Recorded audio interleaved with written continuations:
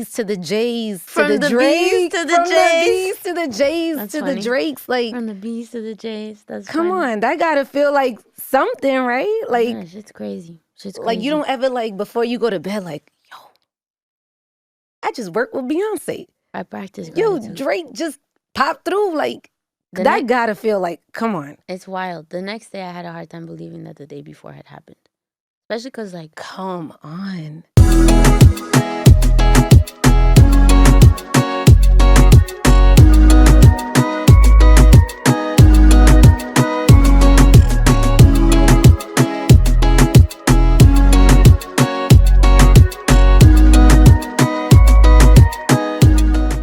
Welcome to Growing Up Latina. I am your host, Alyi V, and I am super honored today. I have a special guest today, and let me just say, like, this moment for me, I'm not gonna lie, I'm like low-key nervous a little bit. I am, and you know, this show is about powerful Latinas, the space that we occupy, and today I have someone that I admire, and you guys have been asking me for her. I have Jessie Reyez on Growing Up Latina podcast. Shit. I'm out here. We outside. Welcome. Thank you. Yo, I'm so hyped. I'm happy to be here. Y'all got me green juice. Y'all got the vibes. Yes. No, we on our health things today. We're on our You health want to do a little tips. cheers? We can do a little cheers to the green juice. Come on Cheers now. to the green juice. Cheers to the green juice. So, And it's lit. let me just tell you, Growing Up Latina is a space that I created. It's a platform, really, a community that I'm building, and is a space for us to be seen, to be heard, and to live out loud. Mm-hmm. I feel like there's not many platforms for us. And when I wanted to highlight the roles that us as Latinas, because we do occupy powerful spaces, you're the person that comes to mind. Lit. Because you're killing it. Killing it. Like, do you ever like look back and like tell yourself like, yo, I'm killing this shit? Ever? No. I have No? to. No, I have to. I'm lucky I have people around me that remind me. Like yesterday, I was saying, we're doing promo week right now. So it's been a lot of interviews and everything. And it's not till like I see people that I haven't seen in, for example, like 3 or 4 years that are like, yo. And then they're like, do you remember this show where it was like nobody was there and you had to stand on a couch because like we couldn't see you from the back even though it was sparse. And like someone brought up the title, like the Barkley show years ago. Yeah. It's just, there's things that I don't think about because I'm so busy moving forward and like hustling, Right. and I guess like having blinders on, which isn't the healthiest thing because sometimes you need to stop and smell the roses and, you know, just You be need to grateful. reflect. Yes. So I've been doing like emotional work, like psychological and self-analysis when it comes to like my psyche and shit. But for my career, it's always forward. And the fact that someone was like, or people I've been lucky enough to interact with help me with that appreciation of like how long I've been a full-time musician and been able to say, oh, I've been living off my art for how many years. And I Right. forgot, like, and it's funny because yesterday that convo made me think of the last time I had that awareness of like how much time had passed and what was really shifting was I was coming to the States and I was at the border and I was a border official, and I was so used to saying when they're like, what do you do? Like, you know, they ask you about your fucking mother, everything. Yeah. And so he was like, yeah, what do you do? And I was so used to saying like, oh, bartender or sales or whatever. And I was like, I'm a musician. And it like that gotta trip you out. tripped me out. Right? Yeah. That has to. Let's start from the beginning because I want to take people back. For people that don't know who you are, which is like weird to me because I feel like everyone knows who you are, especially with that album release party, right? You bought out everyone. That was crazy. But let's talk about where your family's from. Colombia. Colombia. Mi familia de Cali, Colombia. Okay, and then you grew up where? In Canada. In Canada. So what was it like growing up Latina in Canada? Because Canada, I heard, is like a very like multicultural space where there's a lot of us out there. It's not only Latinas. Like there's a little bit, it's like sprinkled in everywhere. Yeah. So what was that like for you? Beautiful. Was It it? was beautiful, yeah. Because, well, yeah, you're right. It sprinkled like one of my best friends since I was 14, my girl Mona, es salvadoreña. Entonces yo tuve la fortuna de tener pupusas hechas en casa y le cogí un amor a esas pupusas. Entonces I was like exposed to other cultures and like other homies. Like the thing there that's beautiful is that, particularly in Toronto, I can't speak for the whole of Canada because sometimes when you go to the middle, it gets a little Midwesty, like in the States. Not Midwesty, but like, it's not as diverse when you go to the middle. Right. But in Toronto, it's beautiful because there's just everything from everywhere. And like, if I had been born somewhere else, I don't know if my parents would have been as encouraged to maintain the connection that they have to their roots that also like affected me, you know? And also like, I wouldn't have felt as encouraged to wave both flags. You know what I mean? Yeah. So it's I'm grateful that I was born in Toronto because I might not have been so Latina if I wasn't, which is such a funny sentence because why? You know what I mean? It's just Yeah. it's an irony that if I thank God I was born in Toronto because that's what let me be more connected. Because being born somewhere else that had more nationalism, like more aggressive nationalism as opposed to like creative freedom of expression, then I might not have been as free to feel connected. Well, you know, I always say, like, and it's interesting because with your album that's out right now, Yessie, I heard it and I feel like there's a lot of growth there. There's a lot of growth. Yes, ma'am. And I always say to really, truly be able to see someone's growth, you have to reflect, right? You have to kind of connect the dots from like where it all started. So my question for you is, who were you before this album? Who was Jessica Reyez before you became Jessie Reyez? Crazy. I know, that's deep, right? Govy. I know. Depressed, sad, traumatized, resentful, trying to move it forward. Still a CEO and still a thug about like how I applied my ambition and the work ethic that I inherited from my parents, like watching them hustle. But the thing is, I would often like run myself into the ground by working so much. And it was also easy to neglect my own self-reflection and easy to neglect the baggage that I carried because my excuse was I got shit to do, I'm busy and I'm moving forward and I'm catching wins and like, you know, teams depending on me. Shit's like it was just enough responsibility for me to use it as an excuse to say I gotta keep it moving. And I've said this before, no one wants to hear a rich bitch complain either. So I had to feel like I felt like I carried a lot of it on my own and I couldn't really talk about. So you didn't have friends that you vented to or I any? don't. I have like my parents are my everything. Okay. I have a handful of friends, but I am of the school of thought that I don't like to vent. No. If I'm bringing someone something, it's because I'm looking for a solution. You know what I'm saying? Okay, right.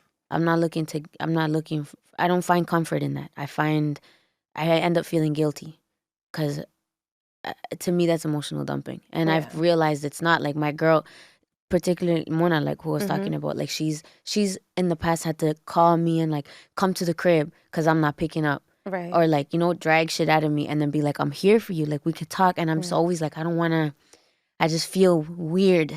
It's not natural for me. But it sounds like this is something that happened early on in your childhood. No, a few years, like this is only like, the last time she dragged something out of me was maybe like 4 years ago or 3 years ago. That's a lie. Like a few months ago, actually. A few months ago? Yeah. So you weren't always depressed? No. Like you had like a good childhood? I was really like you were playing around? Like what was? Have a great home. Okay. Really like down parents. But when I was 13, 14, like everybody, you know, you go through the adolescent stage. Yeah. Mine was a little more dismal. Like there was a lot of running away. There was a lot of heavy drinking, a lot of like social work and all that. It got dark. And up until I was 19, it was just really fucked up. And I guess that was the first time I realized that I had a propensity towards emotional discomfort and I had to deal with depression. And then it always kind of stemmed back to, unfortunately, like heartbreak. Often stemmed back to heartbreak. It's always those damn heartbreaks. Damn it. Yeah. But my parents were there for me when I opened my eyes and I was like, I finally hit 19 or 20 and I was like, oh shit, they're the only people that were still there for me. Well, that's interesting. So your parents allow you to discuss mental health in your household? Because growing up for me, like that wasn't a thing. You know, like I wasn't allowed to say like I'm depressed. And if I did, it was like, what talking about that today. Like we're not, or ever, you know? So I found it very hard for me to even have an outlet. So I got kicked out at a very young age. Crazy. Because of that. It was like, you know, I felt like I was alone most of the times. And I have 5 sisters and 4 brothers. So how could you possibly feel alone? But I did. I felt very alone. And I didn't have, you know, I didn't grow up with my dad. My mom was super hardworking, but it wasn't an open relationship where I could be like, hey, Mom, you know what? I'm not feeling good today. And not feeling good, like my stomach hurts, is like my mind. Like, how do you express that? Like my emotions is not there. I go to school, that wasn't a topic. But it seems like, or it sounds like you have parents that really like, first of all, champion your career, but then also like they allow you to speak and they allow you to express, which is so important. It's important. It's not lost on me that that's like rare, because I know a lot of people have to choose their family and through friends.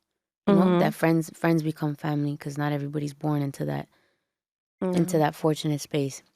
But that's kind of what drives me to like part of the reason that I feel so honored to be a working musician is because I was able to get to the point that I could retire them, because I feel like a dick. That's a whole flex, Jessie. Whole flex. That's a whole flex. One of the things I'm the happiest about, but particularly because I was so lucky, but I'm so stupid and so ignorant, because when you're young, you're not aware. And from when I was 14 till I was 19, es que no caía en cuenta la fortuna y la bendición que yo tenía. You know, me demoré en darme cuenta.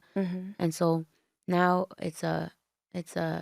I often, especially if I'm drinking, often like my apologies will come out and I'm like, I'm sorry, Mom, usted tan santa, y Diosito le dio una diabla. Like that. After the release party, I was smashed. And my manager like wobbled my ass home, and my mom was telling me the next morning, she was like, why es que me estaba diciendo? She's laughing. And she's saying all that. And sometimes it'll pop up because it's still something I feel. Like I still feel, as much as she says like she forgives me and they get it and people go through it, I still feel like I'm like, I owe y'all a lot because it's not normal. And you're right. I was given the freedom to like, I was still beat. Put it out there, but she, you know, she denies it. But I was still beat. They still like they handled my ass. But the creative expression part of my life definitely impacted me, because they would let me wear curtains to school, and if I wanted, I could shave my head, and if I wanted, I could fuck up my eyebrows. Sick. And so now now that I'm older and just more in myself, if anybody tries to tell me anything, I'm like, bro, I don't listen to my mom about that shit. My mom knows better than to tell me that shit. You think I'm gonna listen to you? Yeah, exactly. You know what I mean? So I honor so much that gift that they were able to give me when it comes to that, and I know it's not the norm, and that's why I work so hard to repay them now. You know?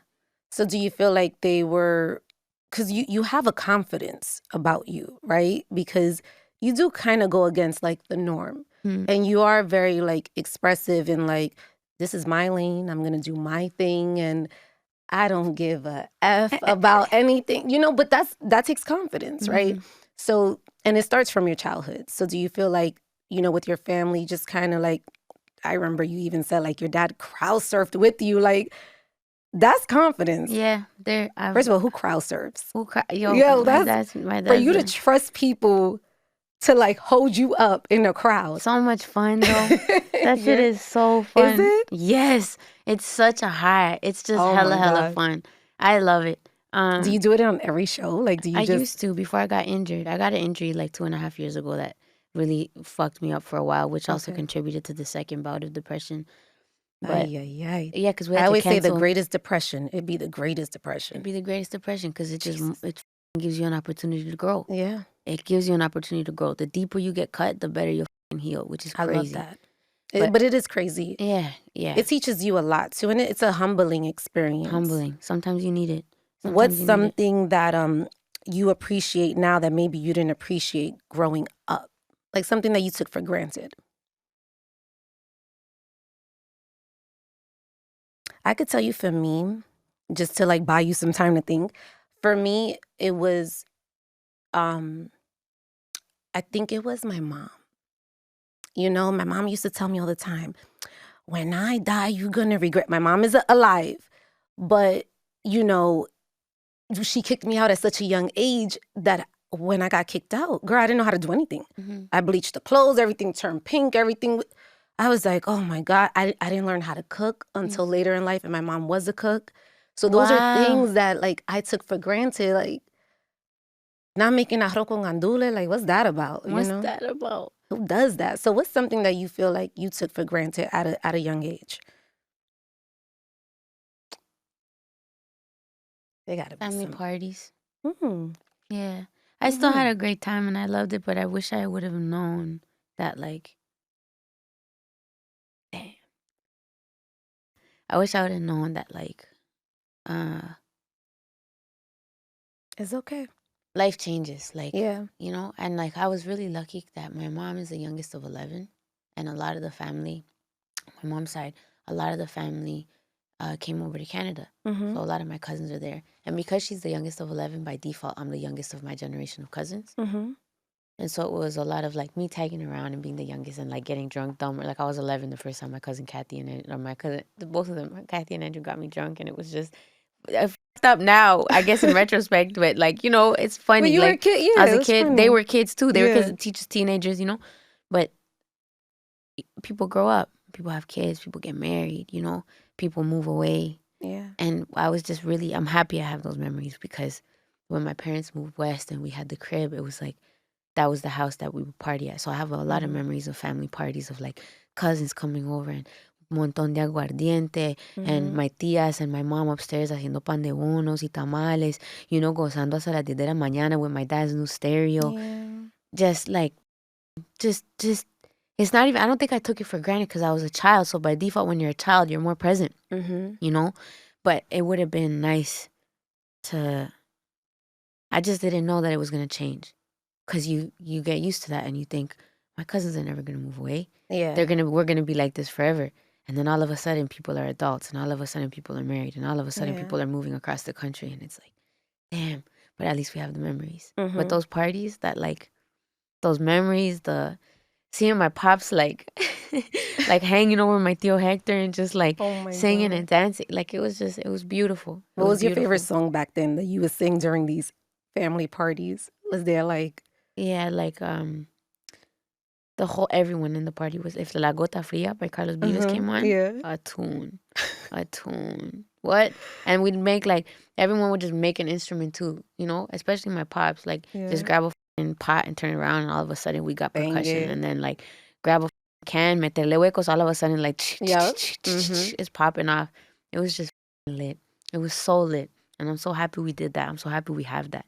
I wish we did it more often, but then even the pandemic shit up because it made people even more reluctant to like. It was hard.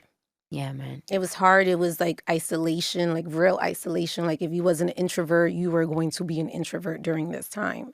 And, you know, with the family parties, I mean, you can bring it back, no? Can you be the one in your family to be like, come on, let's all get together and, you know. And link up. I try, but it's hard because I just gotta, you're right. I have to make it more of a priority to do it. If I'm the one that's saying like, obviously I give a obviously I care, obviously I miss everybody. It's just hard because I be working hard. Yeah. And well, what are you working for? Legacy. What is your legacy? What would you like to leave behind? A lot of what I've done, like the map has always been like a farm, an orphanage or a school or some sort of like contribution to a community or an institution in the community that like helps children who weren't blessed into a family like that, like kids that need support early on that didn't have that kind of creative freedom or support, unconditional support like I feel like I did, and give them a space like that.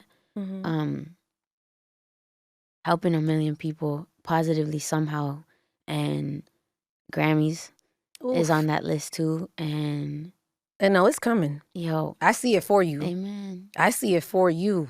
That's all on the map. So that's what I work towards. I work towards that, and I work towards peace. And like, and that's new on the list. Like finding peace within myself, finding emotional equilibrium, finding more, just being more grounded daily, being more present more often, to the point that it becomes so natural that I don't have to remind myself. Because right now I have to remind myself to do it. Yeah. But it works. I've been getting better at it. So I aim for the day that I could just live in complete awareness and live in complete presence. Yeah. I feel the same way. I feel like it's hard for me to like, you know, gain this presence because I feel like almost like a robot. Like I automatically answer emails. I automatically do this and everything is just so automatic that it's like, damn, I went, what, 3 weeks without seeing my mom? No. No, it's crazy. Like right? The concept of time is like. Time gets mangled. When you're so focused, you lose. All of a sudden a year's gone. And then it's like you do it for them. And you do it for them. But the sacrifice that goes into this business People don't know. People don't know. People don't know. People don't know the amount of things that you have to, one, put up with and things that you have to leave behind. Friends, you know, people feel like you're acting brand new. Nah. And it's not even like you're acting brand new. It's like the way they perceive you now is different, and right? And the way they interact with you and the way, like, their projections and how you have to be cognizant of what you speak about around certain people. You have to, so much. And what's unfortunate is that, like, me and you can talk about it, but you can't talk about it with everybody. Because there's a lot of people that won't understand. There's a lot of people that only see the good and so they assume that you just got lucky and they don't know about all the sacrifices. What is luck when you worked for it? You know? Yeah. That being said, I feel like I've been shown a lot of grace, you know? Yeah. God also has a hand. A lot of what I get is... He's the first. You know what I'm saying? So it's a combination of everything. But it's hard to... It's hard to talk about it. Right. Because not everybody gets it. So sometimes you could talk about it with people that are entrepreneurs and, like, you know? Like-minded people. You can, but it's hard. And it's fair because everyone has a different experience, so you can't expect someone to understand that's not walking in your shoes, which is fine. It is what it is. Now, there's a lot of things that you say is very, like, nostalgic for you. Spanish is one of them for you. So you say speaking Spanish kind of, like, brings you back to your childhood. And I always say there's words that you can only say in Spanish. Yeah. Like, you say it in English, it sounds weird. And there's some times where I'll say things in Spanish and people be like, well, what does that mean in English? I'm like, I don't know how to describe it. Like, same. I don't know. But will you ever be interested in doing a Spanish album? I'd love to. If it's in the plans, if it's in the stars, of course. But transparently, me demoro más haciendo canciones en español because I didn't study in Spanish. Like, my first language is Spanish. I didn't speak a lick of English going into school. I had a thick accent for a good couple years. And I still feel like it's like intimate for me when I sing in Spanish. It feels like people take a step closer, all of that. But it was colloquialisms. Like, uno hablando relajadamente.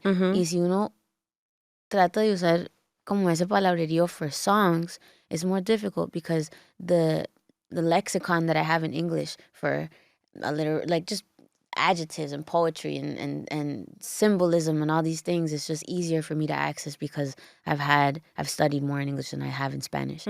So I do it. That obviously there's Spanish songs in my catalog, but it just takes me a little longer. And sometimes I don't want to hit my parents because I be second guessing the grammar sometimes and shit. So I'm like, eso está bien, and I don't want every song. If there's a song that's a little dirty, I ain't trying to send it to my mom and dad and ask them what they think, you know. But like an unplug would be dope though. It'd be sick. Unplug, I could really see that for you. Right. Who are some of, like, the Latin artists that you would like to collaborate with? Carlos was on the top of the list for a long time. And then it happened by the grace of God. And God is good. And it was great. And I can't believe that shit happened. And then he asked me to come out to perform and we did it live. Like, it's crazy to see that come to fruition because it's literally one of the songs I used to perform in front of my family. It's the that our family used to sing to at parties. It's like full circle moment. So Carlos, I've been lucky enough to do so with. Kali Uchis is sick. Princess Nokia is sick. I love Princess Nokia. So sick. Balvin is sick. Tokisha, I fucking love her. Tokisha is... I love Toki. I've been loving Toki. You know, I sound like such a douche because I remember people are like, oh no, I've been known about that. Like, I know I've been on that time. Like, all this yo, Toki, I've been. I lie? Am I lying, Chelito? From time. I begged her from years ago and I was like, yo, I've been showing love. And I just love, I love to see her flourish. I love to see her in more interviews. I love to see her shows fucking stacked. I just love it. I love that she tells her story. I love that she tells her story. It's so important because, see, what's so interesting about, like, the artists that you just named is a lot of these artists and even you the music derives from pain, right? And I always kind of equate it to like, hip hop and R&B, like Mary J. Blige. Like some of her most powerful albums, unfortunately, was when she went through a lot in her life. And the artists that you name are no different, right? It's you guys telling your truth. And Jay-Z has a quote that he always says, like my pain, your entertainment, because you're literally entertained by the pain of it all. Another artist who did that for me was La India. La India is crazy. Yo, La India, you literally felt what she was going through. Isn't that crazy? Right. Oh, yeah. you felt it. Yeah, 100%. And it's it crazy. was like, oh, you know what I mean? Yeah, it's wild. It's crazy. It's crazy. And I feel that from your music. Crazy. And it's almost like messed up because it's great music, right? But then I'm like, damn, like she's putting me in that place. It's almost like your diary to me, is what it feels like. It is. It is. Do you feel like you could even make a happy type of tune, like from a happy place? Totally. There's some on the album that are from a happy place that I like. Okay. I didn't, I've just changed. Like before I was so aferrada to the idea of, like my idea of vulnerability came from being open, or no, my idea of vulnerability, my idea of vulnerability was more so being open with my pain, as opposed to being open-hearted and willing to get hurt. Because now that I have strength and I feel more grounded, I know that if it goes left and I love someone to death and I love someone like a tidal wave and it doesn't work out, no, I'll be okay. Yeah. So that little like I'll be okay has given me this self-safety net that I never had before, that lets me tap into this like unencumbered, ready for love, unencumbered, ready for love kind of energy. You know what I'm saying? Yeah. So that's new for me. It's new, and it's new for me to like. It's just new for me to tap into that and feel comfortable sitting in it, because I've done it before. Like a lot of my happy songs I ended up placing with other people, or like giving away or writing for whatever, you know. Because even if I was able to tap into it, few and far in between those moments where I could, it was like making a sweater. And when I put the sweater on, I identified so much with my baggage and my pain and my trauma that even if it was a beautiful sweater, I was like, it doesn't feel right. Right. But that was just lack of self-love, lack of growth. It was me identifying too much with my past. And so I just feel like I've grown when it comes to that. So the happy records that I'd be more inclined to have given away, I'm not mad at keeping now. Right. Yeah. And now you're like healing, which I love. Same. I love it too. Like I love to see this for you. Thank you. I really do. Thanks. It's like I said before, like therapy is a very taboo thing in the Latin community. There's a lot of stigma, but there's a lot of stigma. I remember telling my mom I wanted to. I feel like I make my mom sound like such a horrible person on this show. You're making your mom sound human. But like I said, I grew up with my mom. My dad, forget about it. He would never even want to hear like, "What? You're having a bad day? You need therapy?" Blah blah blah. But therapy wasn't a thing. If I said I wanted to, see a doctor, seek professional help, I was considered crazy. Yeah. Right. But you're very open in the healing process of it all. What was that, I guess, time for you where you felt like, okay, I have to take accountability for this? The beginning of the pandemic. Because I was already depressed. Yeah. I was already depressed, and doing the shows, like I was opening for Billy, everything was going to the outside looking in, everything looked great. Yeah. I had just gone to the Grammys, got nominated, lost, but still got nominated, album was ready to go, dropped singles, like technically everything. All the stars were aligned. All the stars were aligned, but my soul felt dark. My heart felt heavy. My eyes were glazed constantly. Wow. I didn't wear makeup often because I would just cry it off. So I was like, "Pa qué?" You know? So I was, and I couldn't, like I said, I couldn't talk about it. I didn't really like to talk about it with anybody. And then when the pandemic hit, like everyone, it affected me. It affected everyone. We just talk about like the lonerisms and the introverts, which I Everything. feel like I'm a hella introverted, so it didn't really. Mm-hmm. It wasn't conducive for my habit to be so busy and distract myself. If anything, now I had like 4 walls in myself. So it forced me to take inventory. And I was like, yo, Yeah. you either sink or swim. You heal or you die. Because Mm-hmm. 4 walls in psychosis is hell. Mm-hmm. That shit is hell. Yeah, it is. So you don't have, you sink or swim. So I swam. And then I started doing the work. And I picked up this book called The Power of Now by Eckhart Tolle. Oh, one of my favorites. That book changed me. One of my favorites. If anyone is going through anything, like I've given that book to so many people. I made Now my that's a team read that gift. book. That's a real gift. That's the gift Crazy. that keeps on giving. That's the gift that keeps on giving. It's Mhm. wild. It's wild how intense and how it's just the book's a catalyst for good in the world. Mm-hmm.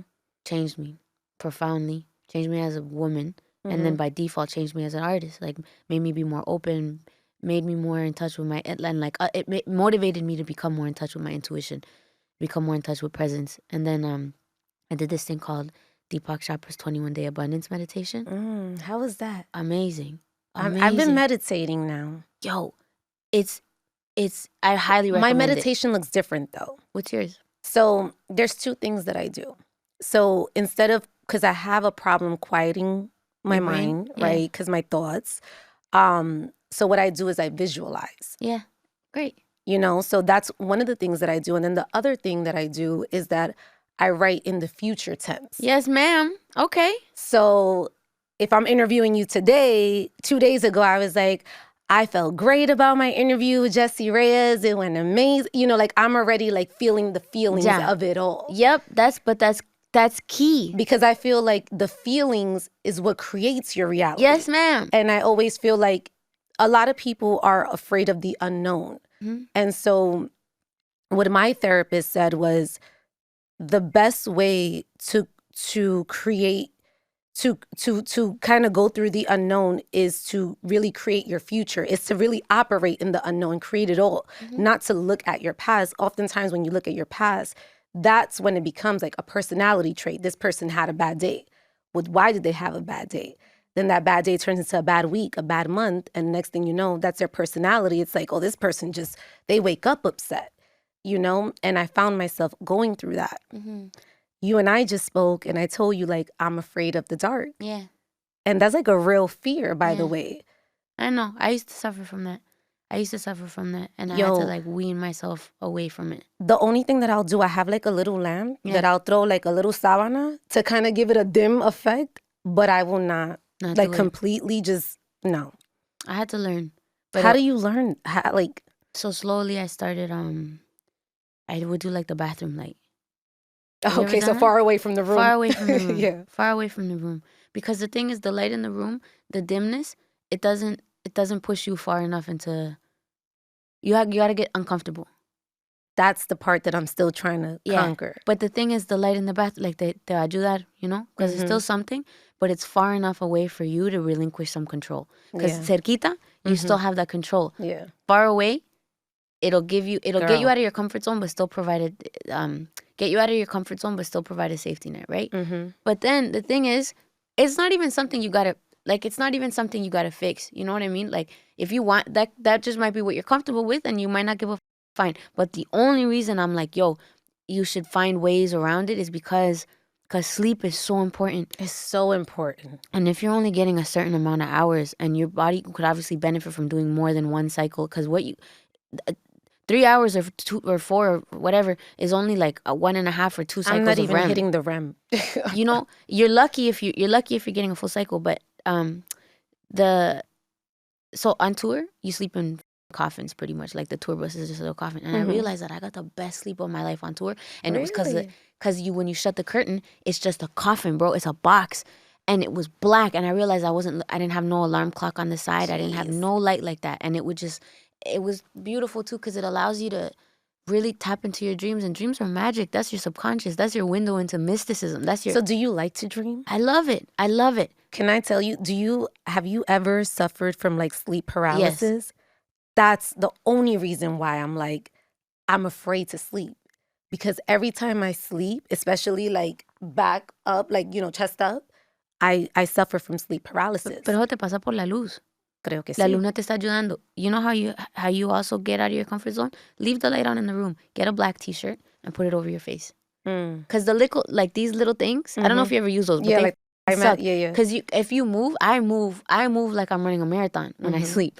So I end up with it like here and here. Yeah, no me all over the ayuda. place. Pero si usted tiene una camisita, even if you move, like it's still there. Yes. Yeah. And you should do, I feel like you're going to have if no one's ever No, told I'm you gonna do this, it. I'm gonna report back and be like, yo, Jess, thank you so much. you're going to love it. And it also gives you like, because it buffers your ears a bit. And it's just, I just feel like it, if I cover my ears, it just brings me to cozy. Yeah. You know? And then if you can have the whole t-shirt, it's like being in a little cave. Yeah, that's one thing I gotta like really fix, because you're right. I'm not getting like enough, like a sufficient amount of sleep. I'm excited for you. I'm you're excited love for it. me. I'm gonna heal from that. Yeah, that's gonna be my healing. It's gonna be sick. I'm so excited for you. And the feeling thing that you mentioned earlier, I love, because I fully agree with it. There's this book called Becoming Supernatural by Joe Dispenza. That's the guy I was telling you about. Sick. The one that I subscribe to YouTube University. Joe Dispenza is the therapist that's always talking about like doing things in the future. Yes. Future tense and writing in the future tense and, really meditating and quieting your mind and really creating and visualizing. And it's so important. So important. Do you ever like visualize your tours and like how it's going to go down? Do you? Yeah. Even down to the music? No. I keep it general to let the universe work, you know? Okay. But just moments. I'll be off forward to the moment for like a show or just important days. Yeah. I see it. And then I've heard it's really important also to visualize first person. There's another book I was reading. I feel like it might have been Blink. I feel like it was something by Malcolm Gladwell. But anyways, they were talking about how they were working with these athletes. Oh no, I think it was Becoming Supernatural. They're working with athletes and they realized that they would they'd have a focus group and they'd split it up and have one that obviously is the just a focus group, and both would be lifting the same weights. Both athletes, both group of athletes would be lifting the same amount of weight.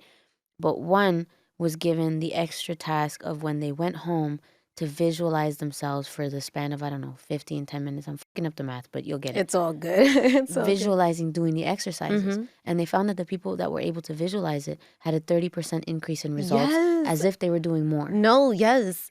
I even heard that down to like playing piano, like people that actually visualize the instruments and playing it. Like, yeah, it's like a real thing. It's a real thing, and people think it's woo-woo. People think it's not. No. It's real. It's real. It's real. Yeah. What's one thing you feel like you haven't healed from that you would like to heal from?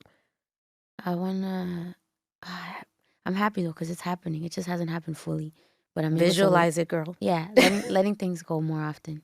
Yeah, I have a hard time with that as well. Yeah, letting things. That one's tough. Often. It's tough, but it's gets easier when you dissect it. When it happens and you're like, wait, why do I care about this? Why am I still thinking about this an hour after it happened? Why? And then you dig and then you dig and then you analyze and then you might be able to find it. And if not, then it's fine. You show yourself grace. You keep it moving. You know, either one or two things can happen, and both are great for you. Both are great. That's why I'm always like, and that's why I asked you in the beginning, like, do you realize like all your accomplishments and like who you are and like the powerful position that you do occupy? That's why. Because you did have the album release party and you bought out goats. That's just crazy. And the greats have co-signed you. That's crazy. From the B's to the J's to from the Drakes. From the B's to the J's to the Drakes. Like, from the B's to the J's. That's come on, that gotta feel like something, right? Like, yeah, shit's crazy. Like, you don't ever like before you go to bed, like, yo, I just worked with Beyonce. I practice. Yo, Drake just popped through. Like, that gotta feel like, come on. It's wild. The next day, I had a hard time believing that the day before had happened. Especially because, like, come on. There's a lot of stress in album release week. There's a lot of stress, a lot of things you got to take care of. So you're almost like numb to it, kind of. Because you're, what I said earlier, what I suffer from, which is the like, go. So you don't get to, you know. But then I was really present that day. I didn't even look at my phone like once during that party. No? No, I was really present, and I'm grateful for it. My team had a good time too. Everyone was able to just like Soak it in. Because you know what people don't often realize is when you're an artist and you're working so hard, they see the Jessie Reyez, but they forget that there's a whole team behind it, right? Like, a big so team. your win is their win. Yep. You know what I'm saying? You win a Grammy, your whole team just won a Grammy. Yeah. It's everybody. It's everybody. You know, so it's like everything that goes down in your career, is literally like a team effort. Yeah, 100%. And Crazy, it was, right? Crazy. Like these are people that have thugged it out with you, that know everything. Yeah. But I will say you do have one moment, well, actually a few moments that I'm like, I gotta ask her about this. What? So Jay-Z, he's one of my favorite rappers. Yeah, and my man. biggest dream, like my to-do list before I die, one thing that's on my bucket list is I'm an event producer. Okay. So it's to produce the Roc Nation brunch. Oh, sick. And That's a beautiful thing to have I've on your produced list. like James Harden events. I've worked with Little Kim, but they're all great. Listen, everyone's great. Yeah. But for some reason, Hovis. the Jay-Z Roc Nation brunch is like the one thing. And my mother laughs at me because she's like, you don't want to produce the Grammy, the Tony Awards. Like there's so many other things. And I'm like, no, Ma, the Jay-Z Roc Nation brunch. And then you get invited to that brunch. What, you got to tell me that. What was that even like? You know, it's crazy. I'm sure. And every time I've been, it never gets it never feels like it's a norm. It always feels like I'm like, oh my God, what a gift to be here. What a gift to be among legends. Crazy. And you know what's beautiful too is like they really they just do such a good job, and it's not a secret. One year that I went, like we went up the elevator and they had Nina Simone playing as you like overlooked New York, and it was just it was just really beautiful. It was so beautiful. Yeah. And what's some of like, you know, because I'm sure you've had some talk with Jay-Z. Like, is there any advice that he has lent you within this industry that, you know, you're like, oh, I'm gonna take that one with me? Years ago, the first time we sat down, one of the first times we sat down, I played him some music. And he was like, he said something about my bars. He was like, oh, she can spit, like said something like that. And my team was like, oh, that's crazy. One of the quotes like talking about my bars, like that's crazy. And then later on in that meeting, he said something. We were talking about life and what we were planning, and like, you know, like our rollouts, whatever, and what we were concerned about. And then he said something, pacify it. But then the end of his statement was like, isn't it beautiful to know that life is always conspiring for the greater good? And it weighed in the room. You know, one of those statements that just resonates. And it resonated with me, and I feel like truth resonates, and it just hit me deep. And I've always subscribed to that school of thought. I subscribed to it in different ways when I was younger, porque mi mamá siempre dice, si vamos a hacer algo, a mija, si Dios quiere. You know, si es para ser, if it's meant to be, something like that. But knowing that if it's meant to be, it'll be for the greater good. It'll be for the greater good. Yeah. You know, there's something that you said earlier about peace. And I speak to many Latinas, and you know, some of them say, you know, I'm just trying to chase happiness. I just want to be happy. But what does that really mean? And I tell people all the time, like, that's not the goal for you to chase happiness. Because happiness to me is temporary. Yeah, it is. I feel like the goal is to chase peace, because that's everlasting. So for me, it's like when you said peace, I really resonated with that, because that's my ultimate goal in life. Yeah.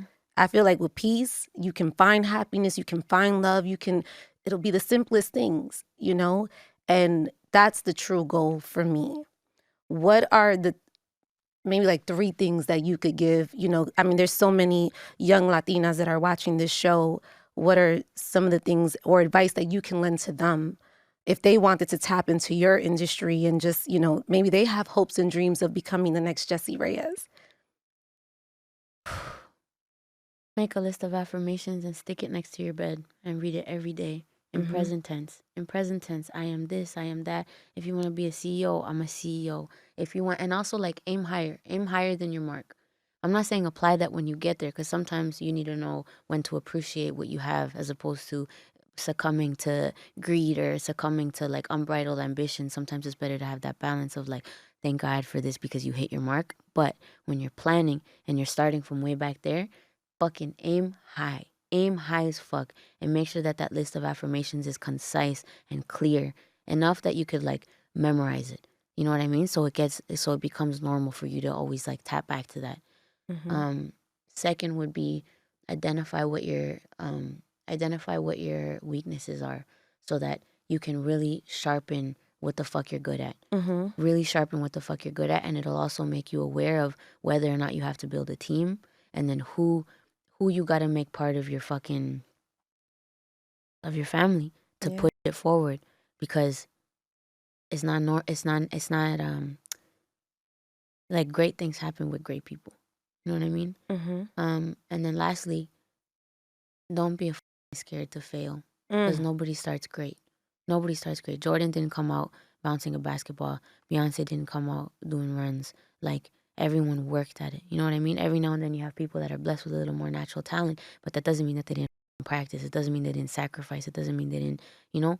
And so if you're starting from zero, even if you're starting later, like, it doesn't, even if you're not a child prodigy, even if you feel grown already, like, don't be afraid to fail, because the faster you fail, the faster you up, the more no's you get from other people, the closer you are to the yes, the closer you are to the tipping point, the closer you are to finding the correct method to get to where it is that you want to get.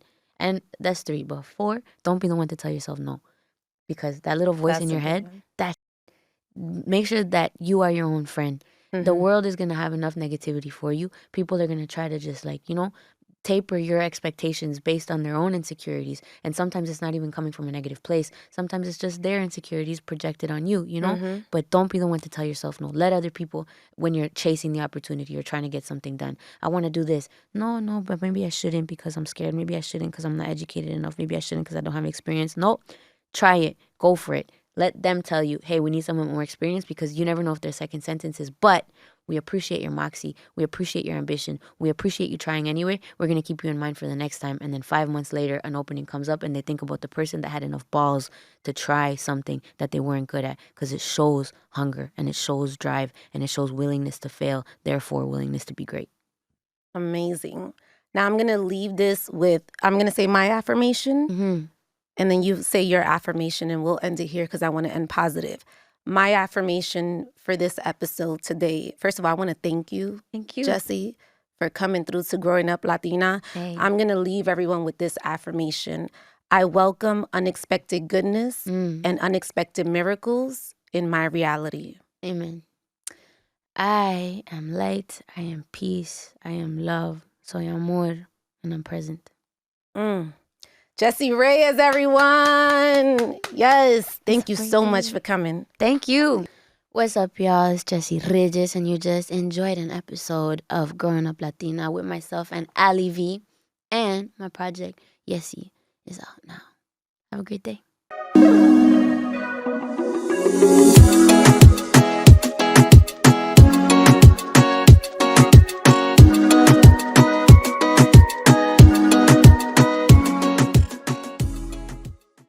Hola, thank you for tuning in to Growing Up Latina. If you like this week's episode, make sure to like, comment, and subscribe.